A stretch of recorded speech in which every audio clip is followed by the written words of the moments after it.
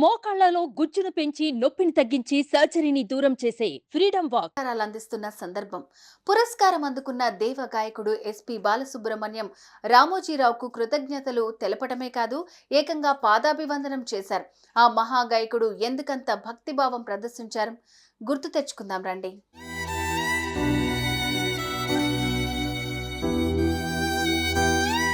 రామోజీరావు ఓ journalist కావచ్చు, రామోజీరావు ఓ business magnate కావచ్చు, రామోజీరావు సమాజం గురించి నిరంతరం ఆలోచించే ఓ సోషలిస్ట్ కావచ్చు. వీటన్నిటికీ మించి రామోజీరావు ఓ ఆర్టిస్ట్. పాటలంటే ఆయనకు ప్రాణం, వినోదం అంటే ఆయనకు ఎంతో ఇష్టం. అందుకే ఆయన ఈటీవీ లాంటి వినోద రంగం వైపు పూర్తి స్థాయి దృష్టి సారించారు. పాడుతా తీయగా లాంటి అద్భుతమైన కార్యక్రమాలకు ప్రాణ ప్రతిష్ఠ చేశారు. తెలుగు నేలలో సంగీత జ్ఞానం ఉన్న యువతి యువకులను గుర్తించి వారికి కాస్తంత శిక్షణ ఇచ్చి వారి గాన ప్రావీణ్యాన్ని 10 మందికి పంచాలన్న సమున్నత ఉద్దేశంతో రూపుదిద్దుకోబోతున్న ఆ కార్యక్రమాన్ని నడిపించాలి అంటే అది ఒక ఎస్పి బాలసుబ్రహ్మణ్యానికి మాత్రమే సాధ్యమని రామోజీ భావించారు. అయితే ఎస్పి బాలసుబ్రహ్మణ్యం ఎంతో బిజీగా ఉన్న సమయం అది. అదే విషయాన్ని చెప్పి నేను చేయలేను రామోజీ గారు అన్నా సరే పట్టుబట్టి ఆ కార్యక్రమాన్ని ఎస్పి బాలు నేతృత్వం వహించేలాగా ఒప్పించారు. యువతీ యువకుల గాన మాధుర్యానికి ఎస్పి బాలసుబ్రహ్మణ్యం విభిన్నమైన వ్యాఖ్యానంతో జత కలిసి అది ఎంత అద్భుతమైన విజయం సాధించిందన్నది పాటను ప్రేమించే ప్రతి తెలుగు బిడ్డకు తెలియని విషయం కానే కాదు.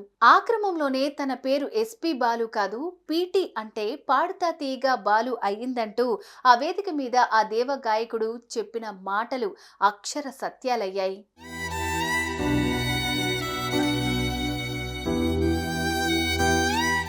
ఈటీవీ శీర్షిక గీతాలన్నీ ఎస్పి బాలసుబ్రహ్మణ్యం గొంతుకతోనే ప్రాణం పోసుకున్నాయి. పాడుతా తీగ కార్యక్రమం ఆయన ఆధ్వర్యంలో సాగటం ఆ సంస్థతో బాలు అనుబంధాన్ని మరింత పెంచింది.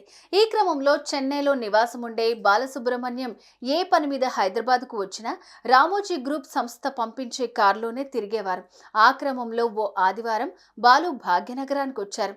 ఎక్కడ పొరపాటు జరిగిందో కారు అక్కడికి చేరుకోలేదు. ఈ విషయాన్ని చెప్పేందుకు బాలు చేసిన ఫోన్ను ఏకంగా రామోజీరావే ఎత్తేశారు. బాలుగారు ఆదివారం కాబట్టి ఈరోజు ఏ డ్రైవరు డ్యూటీలో లేడు, అయితే ఒక్క డ్రైవర్ మాత్రం ఉన్నాడు, అతను వస్తాడు అంటూ చెప్పడంతో ఎవరా డ్రైవర్ అన్న బాలు ప్రశ్నకు ఇంకెవరు నేనే అంటూ రామోజీ చెప్పిన సమాధానం విని బాలసుబ్రహ్మణ్యం ఒక్కసారిగా సిగ్గుపడిపోయాడు. నో సార్, నేను ఏదో ఒక క్యాబ్ బుక్ చేసుకుని వచ్చేస్తా అన్న మాటకు నో చెప్పి రామోజీ తన కొడుకు కిరణ్కు కారిచ్చి ఎయిర్పోర్టుకు పంపించారు. బాలును హోటల్కు చేర్పించారు. ఈ ఘటన కళాకారులంటే రామోజీ గారికి ఉన్న గౌరవానికి చిహ్నం అంటూ చెప్పుకొచ్చారు బాలు. ఇంత మంచి మనిషికి ఇంతకంటే ఏమివ్వగలనంటూ 2 చేతులతో ప్రణమిల్లారు, పాదాభివందనం చేశారు.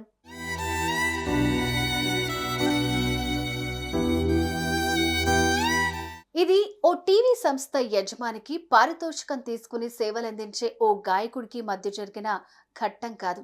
వేలాది మంది సాక్షిగా ఓ కళాకారుడికి ఓ కళాభిమానికి మధ్య ఆవిష్కృతమైన అద్భుత దృశ్య కావ్యం.